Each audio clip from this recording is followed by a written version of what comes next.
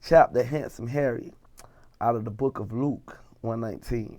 In the year after the Mario boat lift, gun sales in Dade County went up by 50%.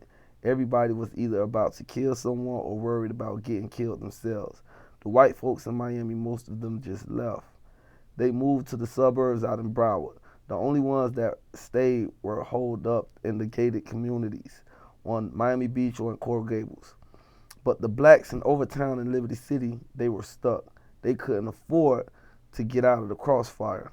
When I was growing up, Liberty City was a working class neighborhood. Parents came home at 6 o'clock. The kids played in the park. No wild shit, no shooting, no ambulance coming in to pick up a body every single night. But even before the riots tore us up, you had all these cheap drugs flooding into the neighborhood. It started in the early 70s under Nixon, really. By the 1980s, it was an epidemic. You had more drugs, cheaper drugs, and no real jobs to keep kids from doing shit other than selling drugs. The community changed. On every corner, somebody was trapping. Every block had a drug house, marijuana, cocaine, crack, heroin, everything.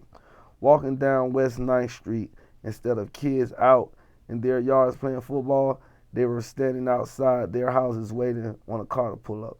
A lot of the customers came from outside of the neighborhood.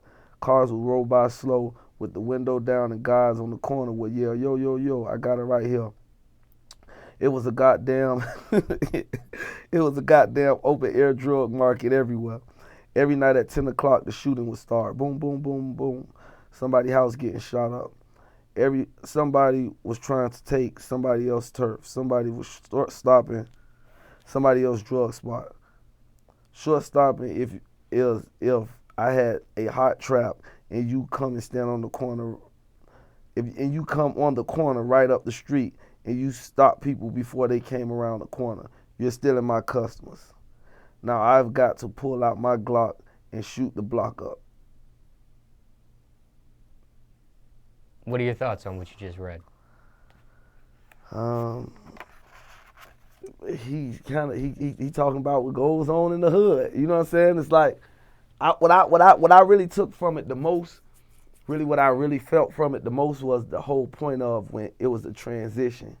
When he was talking about how in these communities that was before this whole drug epidemic, these communities was nothing like this. Our black community wasn't like this. You know what I'm saying? It wasn't crazy. It wasn't riots. We wasn't killing each other up.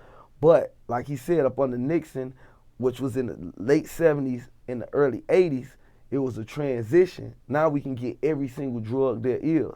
Now all of a sudden ain't no more jobs and no nothing. So now this lifestyle done came. So basically how I take that is he witnessed the transition. He witnessed, the white man infiltrate our black neighborhood and take it from being civilized to uncivilized. That's what I took out of that right there. Okay, now that was a transition. Now in today's times, that same area, what do you see?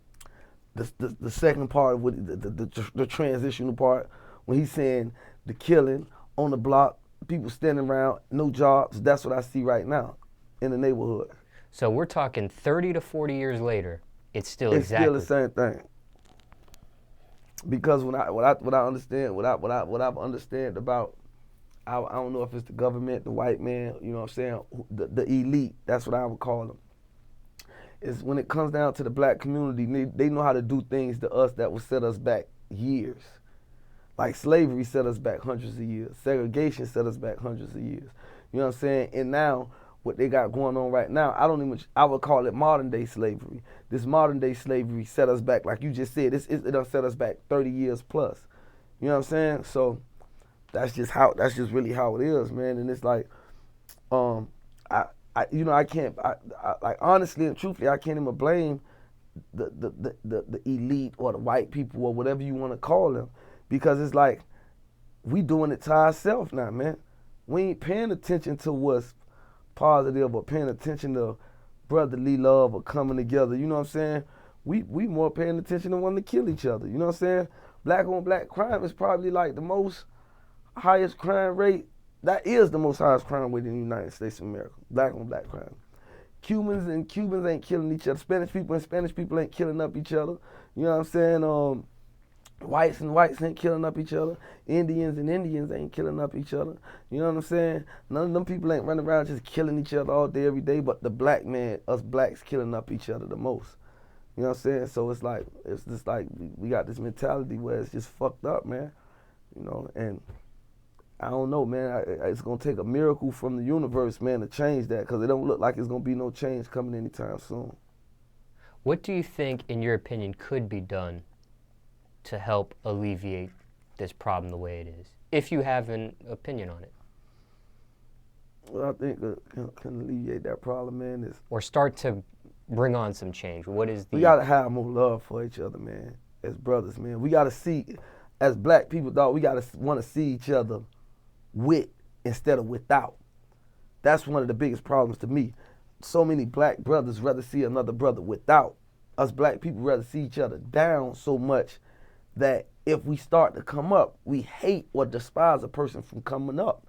But if we accept people coming up and we motivate people to come up and we help each other come up and you know what I'm saying, root for each other more, have more love for each other, like just want to see, I'm gonna just wrap it up in a nutshell like this. If we would start to want to see each other doing better instead of doing worse, you know what I'm saying, it would be a big change. It would be a big change. Because it's all this killing and all of that stuff is coming from hatred, from another person not wanting to see a person with something, from a person robbing a person, from a person killing a person because he got more than he got, from a person wanting to take this person's trap because his trap making more money than his trap. You know what I'm saying? It's all a despise. If we stop despising each other, man, and start loving each other, man, and wanting to see each other with something, start supporting each other more, helping each other, man. Man, we'll rule the nation, man.